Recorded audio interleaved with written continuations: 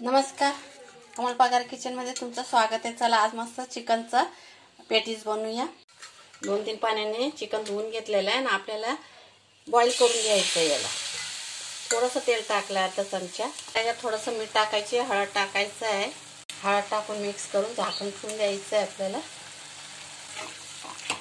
आणि वाफेवरच चांगलं शिजून द्यायचं। बारीक गॅसवर आपल्याला पूर्ण शिजून घ्यायचं आहे।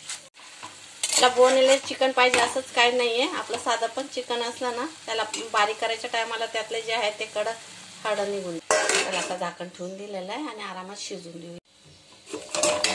हे बघा पूर्णपणे पाणी सुकून गेलेलं आहे, आटून गेलेलं आहे। आता थंड करायला ठेवून देऊया। आता तोपर्यंत भाज्या कापून घेऊया।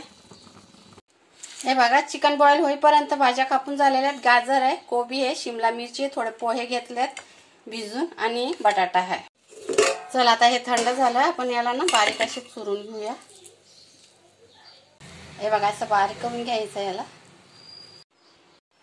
चला आता चिकन बॉईल केलं त्याच कढईमध्ये बनवतोय। चिकन बारीक करून झालेलं आहे। आता आपण फोडणी देऊया भाज्यांना। जिरं टाकलं, आता कांदा टाकते। कांदा भी परतून घ्यायचा थोडासा। कांदा परतून झाला, आता टाकूया कोबी। कोबी पण थोडीशी परतून घेऊया। आता टाकूया शिमला मिरची नंतर घालतो। हे पुदिनाची पानं आहेत, वाळून ठेवलेले आहेत, याला चुरून टाकून देऊया। हिरवी मिरची आता परतून घेऊया। जास्त आपल्याला शिजवायचं नाहीये, हलका आपल्याला परतून घ्या। आता कस्तुरी मेथी, आता टाकूया हिरवं वाटण। आता टाकायचं आहे मीठ। चिकन शिजताना मीठ टाकलेलं होतं, त्याच्यासाठी मी थोडंच मीठ टाकते फक्त भाज्यांसाठी। आता टाकायची काळी मिरी पावडर, थोडासा चाट मसाला आणि आता बटाटे बारीक केले। आता टाकायचं आहे आपल्याला चिकन आणि सगळं मिक्स करून घ्यायचं व्यवस्थित।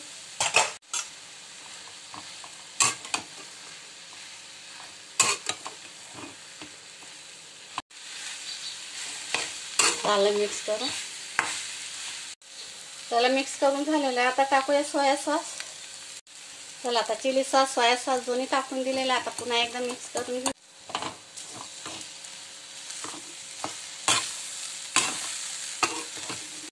चला आता हे काढून घेतलंय आणि आता पोहे जे आहे का नाही आपल्याला थंड झाल्यावर याच्यात मिक्स करायचे आहेत चुरून असं।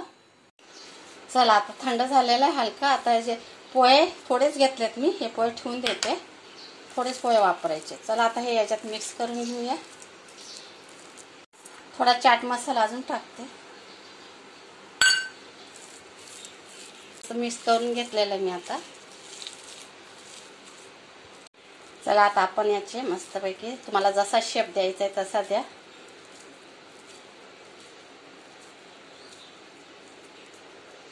मी असा अंड्यासारखा शेप देत आहे।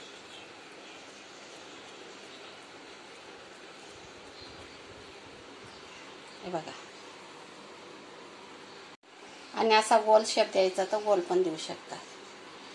चला आता आपण तुम्हाला जो आवडला शेप तो। चला आता मी सगळे करून घेते। हे बघा एवढे करून झालेले। चला आता पुढं करू। चला पोहे घेतले थोडीशी पेटीसला लावण्यासाठी, त्याच्यात थोडीशी काश्मीरी पावडर टाकायची आहे कलरसाठी आणि थोडीशी हळद टाकून याला बारीक करून घ्यायचं आहे। हे बघा असं करून घ्यायचं रव्यासारखं, जाड रव्यासारखं। तुमच्याकडे ब्रेड क्रम्ब असला ना ते पण लावू शकता तुम्ही। माझ्याकडे आता नाहीये म्हणून मी हे पोहे घेतले। 2 अंडे घेतले, आता त्याला चांगलं फेटून घ्यायचं आहे। आता कटलेट याच्यामध्ये टाकून देऊया।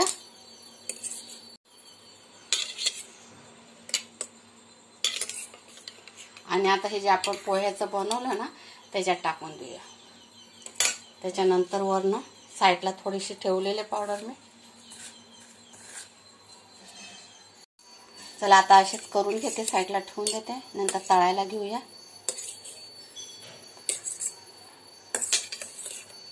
व्यवस्थित लागायला पाहिजे पोटे आणि याच्यात ठेवून द्यायचं। याच्यातच ठेवलं थोड्या वेळ ठेवून द्यायचं, नंतर तळायला घ्यायचं।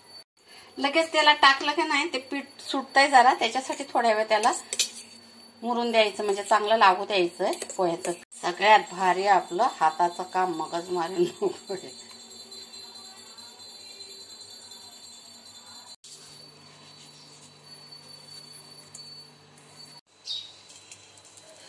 चला आता मस्त तेल गरम झालेलं आहे, फ्राय करून घेऊया.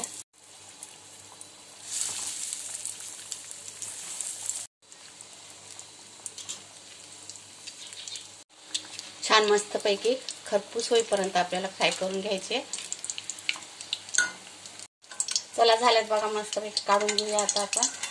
आणि प्लीज व्हिडिओ आवडला तर सबस्क्राईब करा आणि लाईक करा. कमेंट करून सांगा तुम्हाला व्हिडिओ कसा वाटला रेसिपीचा ते.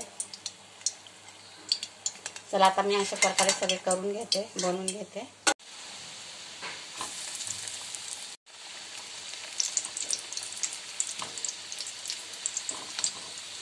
चाकू बिकूने धारदार वस्तूने केलं ना म्हणजे तुटत नाही.